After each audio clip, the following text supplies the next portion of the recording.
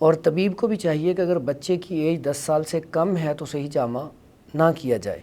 10 سال سے اوپر ایج ہو, اس کے بچہ بعد ہیلتھی ہو, ہاں بچہ صحت مند ہو, اس کے بعد آپ 60 70 تک 80 تک بھی لگوا سکتے ہیں, لیکن شرط ایک ہے اس کا فٹنس لیول ٹھیک ہے, اس کا ہیموگلوبن خون کا لیول ٹھیک ہے, ایچ بی قوت ٹھیک ہے. مدافعت اچھی ہے. اگر اس کا ایچ بی ٹھیک ہے, قوت مدافعت ٹھیک ہے, امیون سسٹم ٹھیک ہے, تو کوئی مسئلہ نہیں.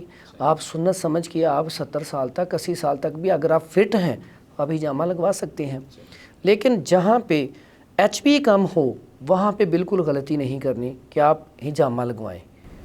چاہے وہ اصل میں بعض لوگ یہ سمجھتے ہیں کہ چونکہ ہمارا خون تو جگر پیدا کر ہی نہیں رہا تو ہم کمزور ہیں پہلے سے ہی, ایچ پی کی جو آپ نے بات کی, تو اب اس کے اندر وہ اس نیت سے بھی لگوا دیتے ہیں کہ جی اگر ہم لگوائیں گے تو ہو سکتا ہے ہمارا جگر صحیح خون پیدا کرنا شروع کر دے اور فاسد جو خون ہے مادہ ہے وہ نکل جائے. اچھا, یہاں پہ ایک آپ کا سوال اس میں اور آ گیا.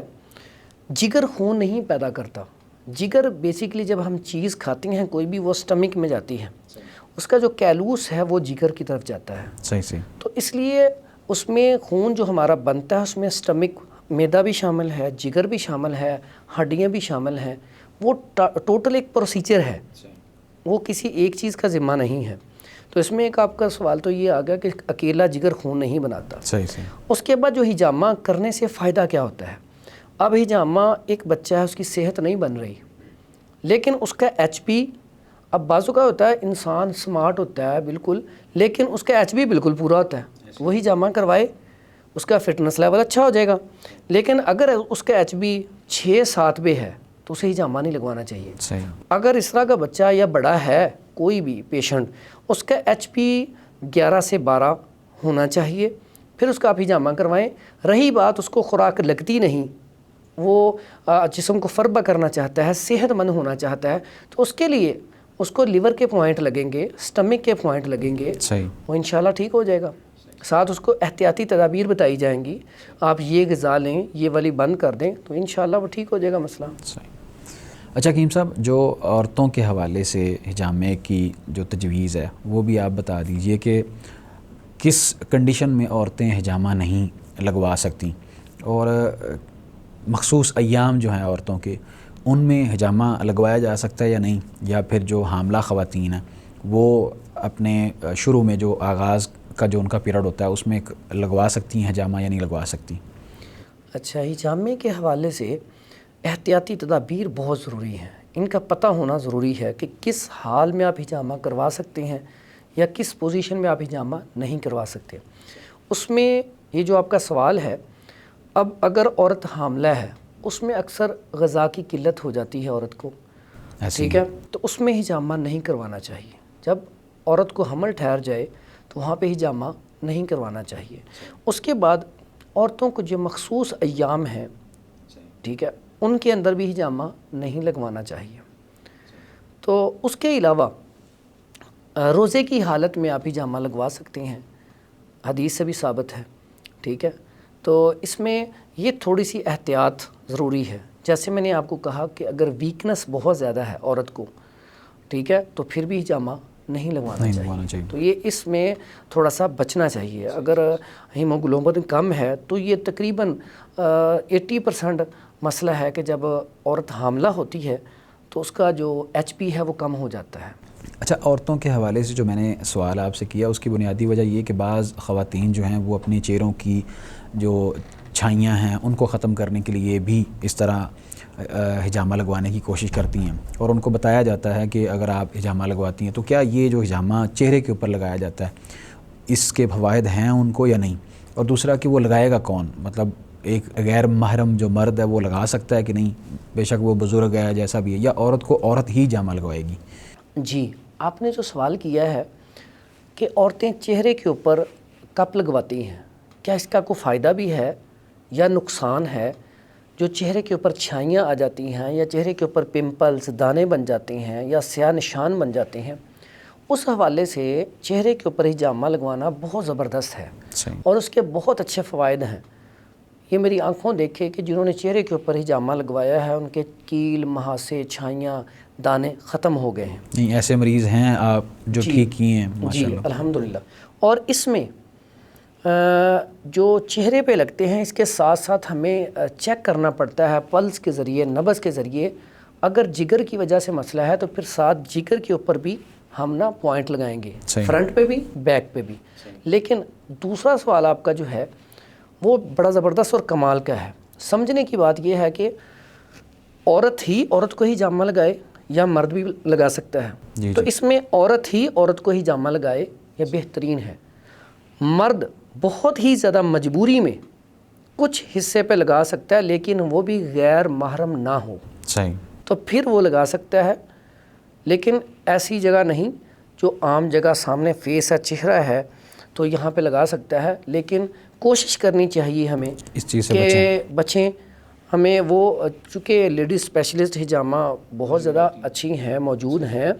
ہمارے مطلب بھی جب آتی ہیں لیڈیز کا ہجامہ لیڈیز ہی کرتی ہیں، صحیح اور جینٹس کا جینٹس کرتے ہیں. تو اس میں جو آپ کا پہلا سوال تھا کہ چہرے کے دانوں کے لیے بڑا زبردست مفید ہے. اچھا حکیم صاحب، پاکستان کے اندر بہت سے اطباء ایسے موجود ہیں جو کہ ہجامہ کر رہے ہیں اور اسپیشلسٹ ہیں ماشاءاللہ. آپ کے بارے میں سننے میں یہ آیا ہے کہ آپ یہاں سے سعودی عربیہ میں گئے اور وہاں پہ بھی آپ نے ہجامہ کیا ہے، شیوخ کا، بعض بڑے بڑے جو کبار علماء کرام ہیں ان کا کیا. تو وہاں کا جو آپ کا ایکسپیرینس ہے وہ کیسا رہا ہے؟ کیونکہ جو آپ جانتے ہیں کہ عرب تو ویسے ہی ہجامہ جو ہے وہ بہت زیادہ کرواتے ہیں سنت سمجھ کے بھی، اور ان کے اندر یہ علاج پایا جاتا ہے جس طرح بھی چائنا کے اندر بڑھ رہا ہے. تو اس حوالے سے اپنا جو ایکسپیرینس ہے وہ آپ شیئر کیجئے کہ وہاں پہ جو آپ نے محسوس کی ہے چیز وہ کیا ہے، کہ عرب جو ہیں اگر ہجامہ کرواتے ہیں تو ان کو کس طرح کے فوائد حاصل ہو رہے ہیں، اور ہمارا اور ان کا کیا فرق ہے، ہماری خوراک کا فرق ہے، کیا فرق ہے؟ جی، یہ جو آپ کا سوال ہے اس میں یہاں پہ تو میں نے الحمدللہ بہت سارے ہجامے کیے ہیں پاکستان میں، اور بہت زبردست یہاں پہ رزلٹ ملے ہیں الحمدللہ، اور بہت ساری دعائیں ملی ہیں جو ہمارے استادوں نے ہمیں دی ہیں جن کا ہم نے ہجامہ کیا ہے. لیکن اس کے ساتھ ساتھ جب میں لاسٹ ٹائم عمرے پہ گیا وہاں پہ مجھے موقع ملا، اللہ نے توفیق دی تو کچھ اللہ نے وہاں پہ کام لیا. تو وہاں پہ جو میں نے ہجامہ کیا، وہاں پہ جو مؤذن ہیں مسجد نبوی کے ریاض شکری صاحب، ان کا ہجامہ کیا. اس کے علاوہ کافی وہاں پہ علماء تھے ان کا ہجامہ کیا. تو وہاں پہ ایک چیز میں نے دیکھی ہے کہ الحمدللہ جو پاکستان میں اطباء ہیں، کوالیفائڈ ہیں، قابل اور ہجامہ اسپیشلسٹ ہیں، اللہ نے انہیں بہت ساری صلاحیتوں سے نوازا ہوا ہے. الحمدللہ. وہاں پہ میں گیا، وہاں پہ میں نے جب ہجامہ کیا تو پہلے تو وہ ڈر رہے تھے کیونکہ وہ وہاں پہ جو ہجامہ کرواتے تھے وہاں پہ وہ بہت گہرے کٹ لگاتے ہیں اور انہیں بڑی زیادہ تکلیف ہوتی ہے. تو وہاں پہ جب میں گیا تو میں نے جب ہجامہ کیا تو میں نے بڑے نارمل سے، بہت جیسے ہم یہاں پہ کرتے ہیں کہ ایک پیشنٹ آیا اسے محسوس نہیں ہوتا کہ میں نے ہجامہ کروایا، جسم ہلکا ہو جاتا ہے. تو میں نے جب ہجامہ ان کا کیا تو انہوں نے مجھے بہت زیادہ اپریشیٹ کیا، شاباش دی، اور آپ کو پتہ وہ کیسے مہمان نواز ہیں، اور انہوں نے بڑی وہاں پہ عزت دی. اور جتنے دن بھی وہاں پہ میں نے قیام کیا ہے تو وہاں پہ ہجامے کافی زیادہ الحمدللہ تعداد میں نے لوگوں کے کیے. تو وہ لوگ جو ہیں وہاں پہ جو علاج ہے میں سمجھتا ہوں کہ ہمارے پاکستان میں اس سے اچھا علاج یہاں پہ موجود ہے. صحیح. تو وہاں پہ انہوں نے جو اتنا زیادہ پیار دیا اور رزلٹ بھی ایسے ملے کہ بہت سارے لوگوں کا میں نے ہجامہ کیا اور انہوں نے کہا الحمدللہ ہجامے کے فوراً بعد رزلٹ ملا ہے. اور کچھ کا اگلے دن مجھے فون آیا ہے کہ الحمدللہ میری طبیعت بہتر ہو گئی ہے. تو رزلٹ میں تو اس کی بات ہے ہی نہیں. میں نے آپ کو پہلے بتایا تھا کہ جہاں پہ اصل میرا سوال کرنے کا مقصد یہ تھا کہ ان کی خوراک میں اور ہماری خوراک میں کافی فرق ہے. ہاں، یہاں پہ ایک بات آپ کی بڑی زبردست ہے. ان کا جو ہجامہ ہے وہاں پہ آپ کو دیکھا ہوگا، اپنے جتنے بھی عرب ممالک میں لوگ ہیں زیادہ تر فربا ہے، کیونکہ ان کی وہاں پہ جو خوراک ہے ان کی خوراک زیادہ تر چاول ہے یا چکن ہے، کولڈ ڈرنک ہے، قہوہ جات پیتی ہیں جو کچھ. لیکن جو وہاں پہ لوگ ہیں نا پاکستانی یا انڈین یا باہر کے لوگ، بنگالی بھی، وہاں پہ ان کا ویٹ بہت زیادہ ہے. عرب ممالک کے لوگ پھر بھی قہوہ وغیرہ استعمال کرتے ہیں، بچ جاتے ہیں. جو ہمارے باقی ممالک کے لوگ ہیں وہ وہاں پہ جا کے جب بہت زیادہ چاول کا استعمال کرتے ہیں، کولڈ ڈرنک کا استعمال کرتے ہیں، فاسٹ فوڈ کا استعمال کرتے ہیں، جسم فربا ہو جاتا ہے. میں نے ان کے اندر خشکی بہت زیادہ دیکھی ہے. وہاں پہ چونکہ عرب ممالک میں ویسے ہی خشکی ہے، صحرا پتھریلے علاقے ہیں، لیکن ان کے اندر جو خشکی ہے نا، اس کی وجہ سے ان کے اندر غصہ، چڑچڑاپن، ضد بہت زیادہ ہے، پٹھوں میں کھچاؤ، جھوڑوں میں درد، یہ بہت زیادہ ہے۔ تو وہاں پہ میں سمجھتا ہوں کہ ہجامے کے ساتھ ساتھ میں نے انہیں ڈائٹ پلان بھی لکھ کے دیا، اس سے انہیں بڑا افاقہ ہوا ہے، بڑا فائدہ ہوا ہے۔ تو وہاں پہ تو انہیں ہجامہ ہر حال میں ہر مہینے لازمی کروانا چاہیے تاکہ وہ لوگ فٹ رہ سکیں۔ صحیح۔ تو یہ فرق ہے کہ ہمارے یہاں پہ پھر کی خوراک یہاں پہ بھی لوگ کھاتے ہیں، لیکن وہاں پہ جا کے لوگ نا کولڈ ڈرنک کا، چاول کا استعمال بہت استعمال کرتے ہیں۔ ٹھیک ہے، یہ اس کی وجہ ہے، بنیادی وجہ۔ صحیح صحیح۔ حکیم صاحب، جس طرح آپ نے یہ بیان کیا ہے کہ ان علاقوں میں جو گرم علاقے ہیں، ہر ماہ میں تقریباً یا 1 مہینے بعد 2 مہینوں بعد لوگوں کو ہجامے کروانے چاہیے، لگوانے چاہیے، تو ہمارے ہاں یہاں پہ اکثر و بیشتر ہسپتالوں کے حوالے سے یا بعض ایسے جو ٹرسٹ ہوتے ہیں ان کے حوالے سے ایڈ بھی چلتے رہتے ہیں، یونیورسٹیوں میں، اسکولوں، کالجوں میں لوگ آتے رہتے ہیں اور کہتے رہتے ہیں کہ آپ جو ہے وہ خون ڈونیٹ کریں، عطیہ کریں۔ سوال یہ ہے کہ ہجامہ کروانے میں، اپنا خون اس کے ذریعے سے نکلوانے میں اور لوگوں کی مدد کرنا، خون ڈونیٹ کرنا، اس میں کیا فرق ہے؟ یعنی طبی لحاظ سے ہمیں کون سی چیز کو سامنے رکھتے ہوئے اختیار کرنا چاہیے؟ یعنی سال بعد، 5-6 ماہ بعد ہمیں خون ڈونیٹ کر دینا چاہیے یا 2-3 ماہ بعد ہمیں ہجامہ لگوا لینا چاہیے؟ اس میں آپ ہماری رہنمائی کر دیجیے۔ اچھا، اس میں 2 پہلو ہیں۔ سب سے پہلے تو جو ہم خون ڈونیٹ کرتے ہیں وہ ہم کرتے ہیں کسی کی جان کو بچانے کے لیے۔ ہم نے ایک بوتل نکلوائی خون کی، یعنی وہ ایمرجنسی حالت ہے۔ ایمرجنسی حالت میں اگر آپ ویسے بھی خون ڈونیٹ کرتے ہیں تو آپ کا جمع ہو جاتا ہے، تو وہ کسی کا جب کوئی جانی نقصان ہوتا ہے، کوئی ایسا ایکسیڈنٹ ہو جاتا ہے، اسے بلڈ کی بہت زیادہ ضرورت پڑتی ہے یا ڈلیوری کیس میں بہت زیادہ ضروری پڑتی ہے، تو ان ضروریات میں وہ کام آتا ہے۔ لیکن اس کا اور ہجامے کا بہت بڑا فرق ہے۔ ہجامہ ہماری فٹنس کے لیے ہے۔ وہ جو ہم بلڈ کی بوتل دیتے ہیں اس کے ساتھ ہمارے جسم کے اندر کمزوری پیدا ہوتی ہے۔ صحیح۔ بلکہ جب آپ کوئی بھی ہم میں سے بلڈ ڈونیٹ کرے گا، ڈونیٹ کرنے کے بعد تھوڑی دیر تک لیٹے رہنا چاہیے۔ اگر ہم فوراً کھڑے ہوتے ہیں تو ہمیں چکر آتے ہیں۔ وہ تو وہاں پہ باقاعدہ کہا جاتا ہے کہ آپ نے لیٹے رہنا ہے اور جوس وغیرہ پینا ہے۔ وہاں پہ وائٹ بلڈ سیل بھی نکلتے ہیں۔ تو یہاں پہ جب ہم ہجامہ کرواتے ہیں، یہ صرف ٹاکسن نکالے جاتے ہیں اور یہ جو ہمارے پوائنٹس ہیں، ہاں جی پوائنٹ ہیں، اور بیرونی طور پہ اس کا وینوں کے ساتھ تو تعلق ہی نہیں ہے۔ یہ تو میں نے آپ کو پہلے بھی ایک مثال دی تھی، جیسے یہ آپ کا ٹیبل ہے وہ گندا ہو جائے تو اس کو ہم صاف کرتے ہیں تو بڑا خوبصورت صاف ستھرا ہو جاتا ہے۔ اسی طرح جب آپ ہجامہ کرواتے ہیں، فریش ہو جاتے ہیں، ٹھیک ہے، وہ آپ کے ٹاکسن نکل جاتے ہیں، مسام کھل جاتے ہیں، آپ کی طبیعت کے اندر فریشنس آ جاتی ہے۔ پھر ہمارے پیارے نبی حضرت محمد صلی اللہ علیہ وآلہ وسلم کی سنت ہے، تو ہم تو سنت سمجھ کے ہجامہ کرواتے ہیں۔ تو ایک طرف سنت آ گئی، سنت پہ جب ہم عمل کریں گے تو اس میں کیا ہوگا؟ بہتری، بھلائی، تو اس کے ساتھ ساتھ فٹنس لیول بھی آ گیا۔ تو اس لیے ہجامہ جو ہے وہ 1 ماہ بعد یا 2 ماہ بعد ہمیں کروانا چاہیے۔ آج معاشرے میں دیکھیں بہت بڑے بڑے کھلاڑی جو ہیں وہ ہجامہ کروا رہے ہیں، ٹھیک ہے۔ آپ اس میں علماء دیکھ لیں، ہمارے جو پسندیدہ علماء ہیں بڑے بڑے، وہ ہجامہ کرواتے ہیں اور اس سے فٹ رہتے ہیں۔ آپ نے یہ بات کی کہ یہ سنت ہے، لیکن دوسری طرف اگر دیکھا جائے تو قرآن مجید کے اندر بھی آتا ہے اور احادیث سے بھی ہمیں یہ چیز ملتی ہے کہ جس نے ایک جان بچائی، گویا کہ اس نے پوری انسانیت کو بچایا۔ تو وہاں پہ جو ایمرجنسی کی کیفیت ہوتی ہے، اس ایمرجنسی کو پورا کرنے کے لیے ہمیں خون ڈونیٹ کرنا چاہیے، نہیں کرنا چاہیے؟ بالکل کرنا چاہیے۔ دیکھیں، میں نے آپ کو ایک بات بتائی ہے، آپ خون ڈونیٹ کر دیں، آپ 10-15 دن بعد ہجامہ بھی لگوا لیں، کیونکہ خون ڈونیٹ کرنا وہ آپ نے کسی کی جان بچائی ہے۔ صحیح۔ لیکن کیا ہم ہر وقت تو ایسا نہیں ہوتا کہ ہر مہینے 2-4 دفعہ ہمیں بلڈ ڈونیٹ کرنا پڑے، اور بلڈ جو ڈونیٹ کرتے ہیں انہیں بھی چاہیے کہ وہ 3 ماہ بعد کم از کم، اللہ نہ کرے بہت ایمرجنسی نہ پڑ جائے، نہیں تو کم از کم 3 ماہ بعد بلڈ ڈونیٹ کرنا چاہیے، بلڈ ڈونیٹ ٹھیک کرنا ہے۔ چاہیے۔ تو آپ جو ہجامے کا عمل ہے یہ اس سے مختلف ہے۔ اگر آپ وہ ڈونیٹ کرتے ہیں اسے جاری رکھیں آپ۔ یعنی ہجامے کے اندر کا دیکھا جائے تو آپ نے چھوٹا کپ، بڑا کپ، وہ بھی پھر کیٹیگریز ہیں، اور پھر وہ جو پوائنٹ ہیں اس میں سے کتنا خون نکلنا ہے، کتنا نہیں نکلنا، وہ ساری چیزیں سامنے رکھی۔ اب ایک چیز آپ کو اور بتا دوں، ہم یہاں پہ سمجھتے ہیں کہ خون نکالنا ہجامہ ہے۔ صحیح۔ سر آپ ہجامے میں دیکھیں بلڈ کپنگ بھی ہے اور اس کے بعد ڈرائی کپنگ بھی ہے، آئل تھراپی بھی ہے. آپ ان میں سے کون سی لگوانا چاہتے ہیں؟ اس کے بعد اگر بلڈ کپنگ بھی کروانا چاہتے ہیں تو اس میں ہمارا جو میں ہجامہ کرتا ہوں، میں اس میں یہ نہیں دیکھتا ہوتا اس میں بلڈ نکالنا ہے. بہت سارے یہاں پہ ہمارے ہجامہ اسپیشلسٹ وہ کپ جی بھر کے نکلنا چاہیے خون کا.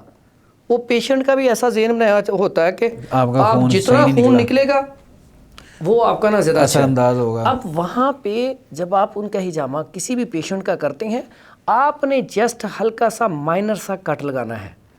بلڈ بے شک تھوڑا سا نکلے، اصل ہمارا مقصد یہ ہونا چاہیے کہ یہ بندہ ٹھیک ہو جائے. صحیح. تو اس کے لیے ہم نے ہجامہ کروانا ہے. تو یہاں پہ یہ ہجامہ کروانے سے کمزوری نہیں پیدا ہوتی، پہلی بات یہ ذہن میں رکھیں. یعنی جن لوگوں کا یہ کنسیپٹ ہے وہ غلط ہے. اور بعض اوقات میرے پاس آتے ہیں پیشنٹ، اب پیشنٹ آیا ایک تو ساتھ ایک دو بندے آئے جی، وہ ہم نے کہا پتہ نہیں کیا ہونا ہے، واپسی پہ ہم پکڑ کے لے آئیں گے، ٹھیک ہے، یا گاڑی کروا کے آئیں گے، گاڑی پہ لٹا کے لے جائیں گے. تو میں پھر سمجھاتا ہوں، جب وہی ہجامہ کروا لیتا ہے پیشنٹ تو پھر میں کہتا ہوں پوچھیں جی فٹنس لیول.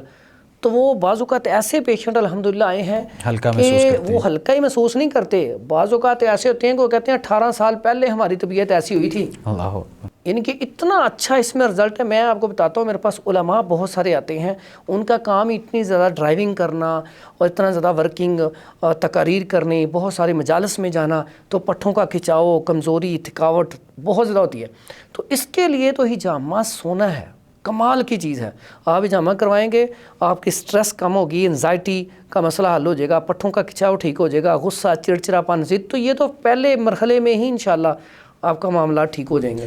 ایک سوال اس میں یہ ہے کہ کوئی ایسا پیشنٹ جس کو آپ نے اپنی زندگی میں سب سے زیادہ کپ لگائے ہوں، کوئی ہے؟ جی ایسے پیشنٹ نا میرے پاس 2 آئے ہیں، تو میں نام لینا مناسب نہیں سمجھتا. وہ ایک تو بہت بڑے طبیب ہیں پاکستان کے، ماشاءاللہ بہت زیادہ ان کے پاس پیشنٹ ہیں، ڈیلی کے 400-500 پیشنٹ چیک کرتے ہیں، بڑے قابل انسان ہیں. اور ایک بہت بڑے ہمارے قاری قرآن ہیں، عالم ہیں.